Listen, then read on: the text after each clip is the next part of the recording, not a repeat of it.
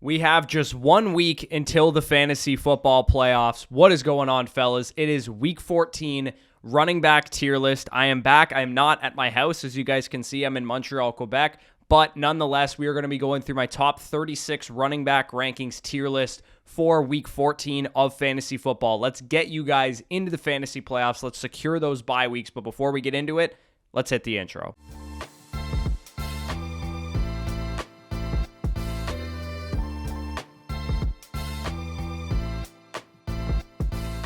All right, so we're going to kick things off with the players that are on bye this week. We have two teams that are on bye, James Conner, Brian Robinson, and Antonio Gibson, the Commanders and the Cardinals on bye. So you will not be able to use players from these teams. But let's get into the major injuries, and then we'll kick off the actual tier list. So in the will they play tier, you guys can see on the screen a couple guys that are questionable going into the game, or maybe they've already been ruled out.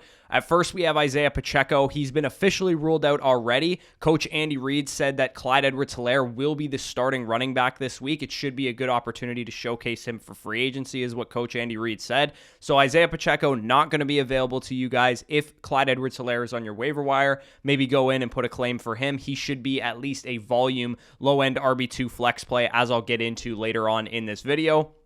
Couple other injuries that we have to go through. Both Seahawks running backs listed as officially game time decisions. Kenneth Walker dealing with the oblique injury. Zach Charbonnet dealing with a knee injury. If I had to guess, I would say that both of these guys will be active, but maybe it's going to be a 50-50 split. Maybe it's going to be, DJ Dallas mixed in a little bit more. I'm not exactly sure how they're going to handle this backfield, but what I do know is that I will have an update posted in the comments section. So if I hear anything from now until the time this video is live, I'm recording this Friday night actually, then I will post an update there. But as of now, game time decisions for both Seahawks running backs. And then we have Aaron Jones for the Green Bay Packers, who actually plays on Monday night, so we won't really know anything on Saturday as you guys will be seeing this. He plays against the New York Giants. We'll still have to wait and see what Saturday's practice report brings. And again, I will post any updates down below.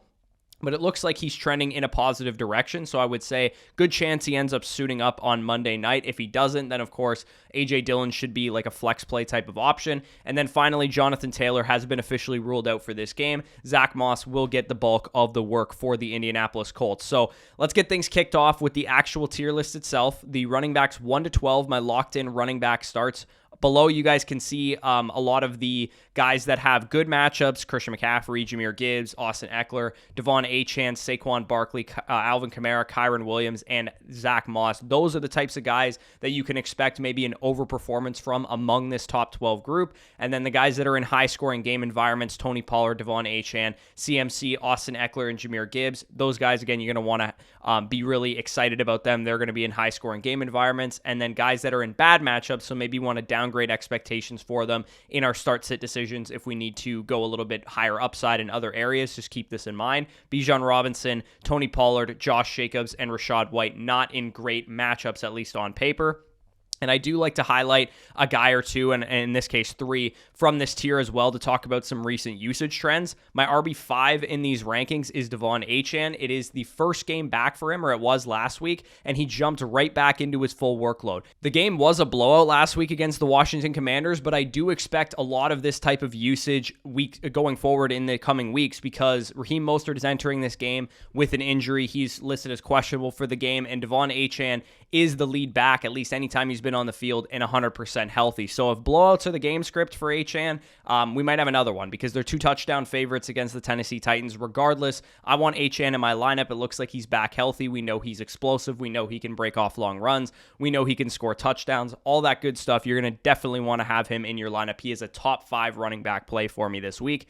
My running back 9 on the week is Zach Moss. He jumped right back into his elite workload the second Jonathan Taylor was out last game. The Bengals are the definition of a league average run defense right now. Against fantasy running backs, they're allowing over 4.5 yards per carry. They have 11 total touchdowns that they've allowed on the season so far. And the elite usage that you guys can see there, 94% of the snaps for Zach Moss, should help carry him to a big-time fantasy production week. And then my RB10 on the week for me is Tony Pollard. And he has been much better in recent games for the Dallas Cowboys, and I wanted to show you guys that it's not just his snap share or his carries that the reason for it. It's actually been the fact that he's been getting targeted a lot more. He's got 4 targets or more in his last 3 games, 15 targets in total, propelling him to 3 straight top 12 running back finishes. So Tony Pollard appears to be back as long as he can get these targets.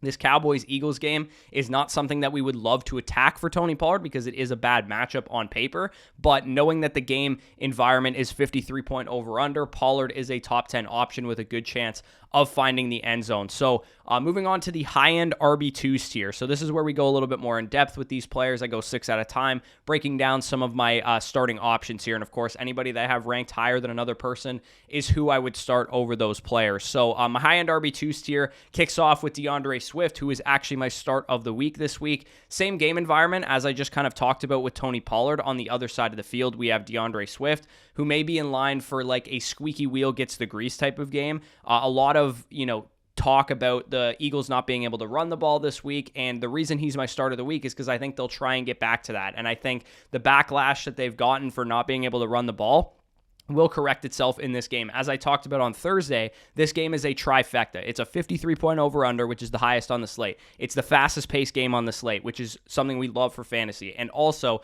the Sharps are betting the over on this game as well. So I don't really care that the Cowboys run defense is good and that the Eagles run defense is good. I want both of these guys in my lineup. Every player basically on the Cowboys or the Eagles should be in your starting lineup this week.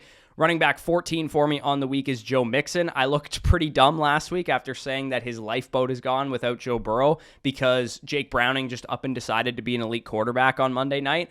Is he going to play that well every single week? I'm not exactly sure. I don't think that'll continue. But what I do know is that Joe Mixon against the Indianapolis Colts is a very good matchup.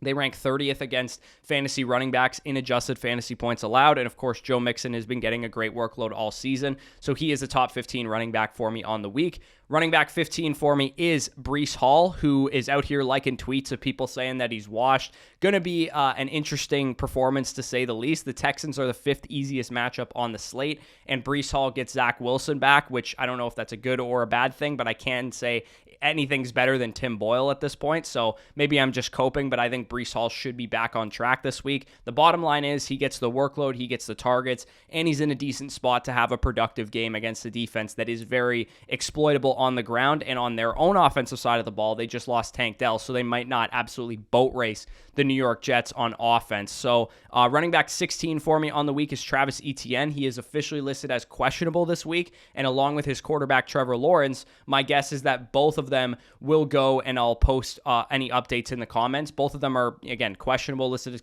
game time decisions, but I think both will end up playing. This is an important game. The Jaguars will want to hold on to their lead with the Texans and the Colts nipping at their heels. It's a brutal matchup in theory, but the Cleveland Browns has actually been not even that bad of a matchup for fantasy running backs. They've been about league average the last 5 games. So as long as Travis Etienne is healthy, as long as Trevor Lawrence is playing, I have him as a top 16 running back. But if either of those things change, obviously that would change my rankings. If Lawrence doesn't play, he's probably more so of a flex play, top 24 running back or so. But I'll keep you guys updated in the comments down below. Running back 17 for me on the week is Raheem Mostert, who did not practice on Thursday, was a limited practice today on Friday as I'm recording this. And the Dolphins do play on Monday night, so we will still have one more practice on Saturday. Mostert is a veteran. I don't think he's probably at risk of missing this game, which is why I still have him ranked here. But I will say keep an eye on his health for him and for Achane. The Dolphins, like I said, are 2 touchdown favorites against Tennessee, so it should be a heavy dose of the run regardless.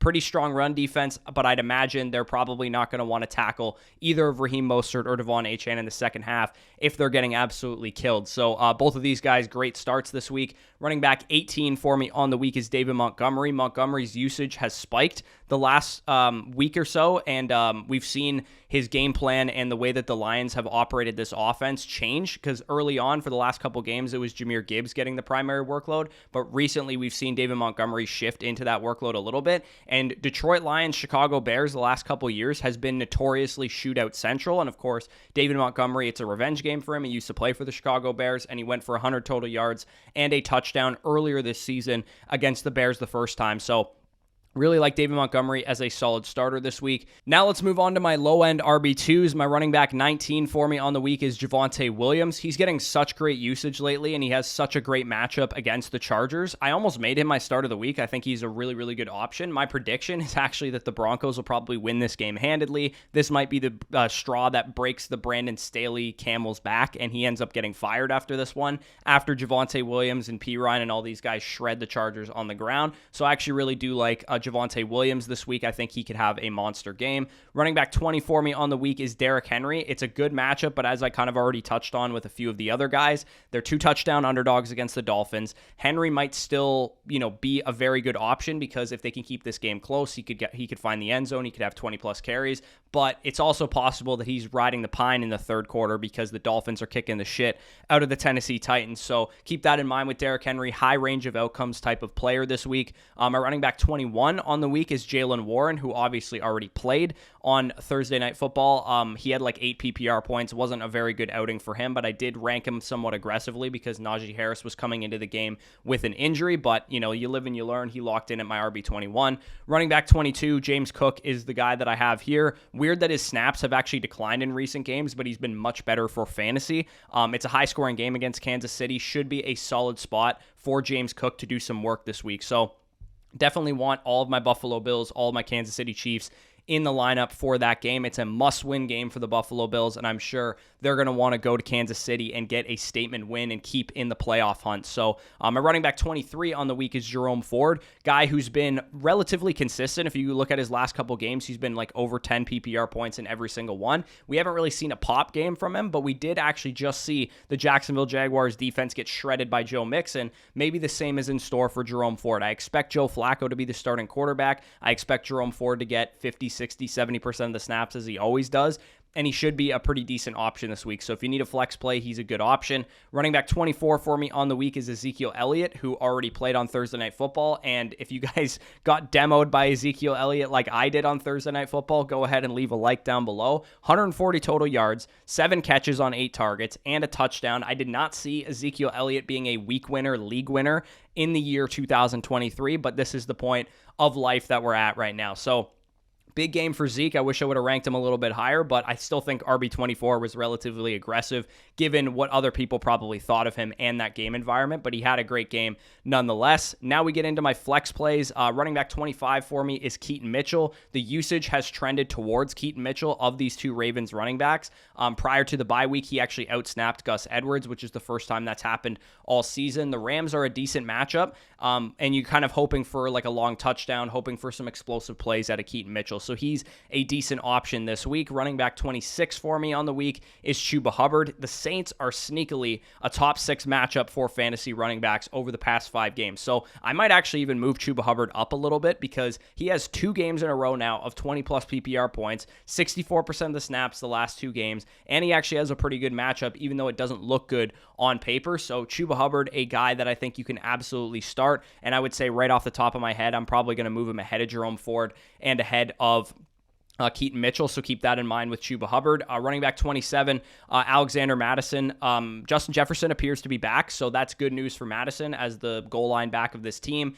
Good Vikings offense makes for better, situations for Alexander Mattison, better opportunities to score a touchdown, and the Las Vegas Raiders are 27th against fantasy running backs, so good spot for a spike week for Alexander Mattison. We'll have to keep an eye on his usage because Ty Chandler and him have kind of been yo-yoing back and forth a little bit. Running back 28 for me was Najee Harris, who played on Thursday night as well. 15 touches, locked in, just 38 yards. I probably should have ranked him lower than this because he was coming into the game with an injury, but I was kind of traveling Wednesday and Thursday, so I'll blame it on that, but Najee Harris probably should have ended up lower in my rankings. Running back 29 for me is Clyde Edwards-Helaire, who is now thrust into the starting role because Isaiah Pacheco has been ruled out, sent to IR potentially, according to Andy Reid. He hasn't been officially sent there, but he said we'll see. So that's something that's really, discouraging if you have Isaiah Pacheco, but really encouraging if you picked up CEH or even Jerick McKinnon as well. The Bills are a top 10 running back matchup, so either one of these guys should be an okay play. If you guys need a running back this week, go and pick up one of these dudes. Clyde Edwards-Helaire would be my preference because Andy Reid came out and said that he would be the starter, but I think Jerick McKinnon is a decent option as well. So moving on finally to my deep league flex plays. So if you guys are suffering from a James Conner bye week or a Brian Robinson bye week or something, and you need to dig a little bit deeper this week, I think my running back 31, Gus Edwards, is a good option. He still has that primary goal line role, so even though I like Keaton Mitchell this week, I still think even on like 20-30% of the snaps, Gus Edwards can punch a touchdown in, maybe even punch in 2 touchdowns. Roschon Johnson is my RB32, 75% of the snaps before the bye week for Chicago just 2 weeks ago. Deontay Foreman should be back this week, and Khalil Herbert should be healthy, so this is a little bit of a sketchy start if you start Roschon Johnson. But I will say, like I said earlier, a potential shootout for Detroit and for Chicago makes me want to start players from this game, and Roschon is my preference of this backfield. A.J. Dillon, I'm kind of ranking him a little bit awkwardly right now because I don't know where to put Aaron Jones and if he's going to actually play on Monday. If A.J. Dillon was the starter and Aaron Jones was out, I would probably move A.J. Dillon up to like the Chuba Hubbard range. If Aaron Jones is playing, then I would probably move Aaron Jones up to the Chuba Hubbard range, and A.J. Dillon would become unstartable. So if you guys are watching this and you know Aaron Jones is out or you know Aaron Jones is going to play, I'll post any updates down below in the comments. Jerick McKinnon, who I already talked about with Clyde Edwards-Helaire, there is no Isaiah Pacheco, so Jerick McKinnon will probably be usable. Not sure how much he's going to play, but it is a good game environment and a good game script for points. Tajay Spears, this is kind of where the running back rankings drop off to guys that are just hopefuls at this point. But we do know, like I said, 2 touchdown underdogs to the Miami Dolphins could be a good game script for him. And then finally in these rankings, Joshua Kelly, word spread that Austin Eckler might lose some touches, so Josh Kelly might get some more touches against the Denver Broncos, kind of crappy run defense. So again, that is the end of this video. If you guys did enjoy this, leave a like down below. Subscribe to the channel if you guys are new around here. Make sure to check out Flock Fantasy for everything that we got going on, bonus content-wise, dynasty-wise, and all that good stuff. Make sure to tune in to our live stream Sunday morning as well. But with that being said, peace out, and I'll talk to you soon.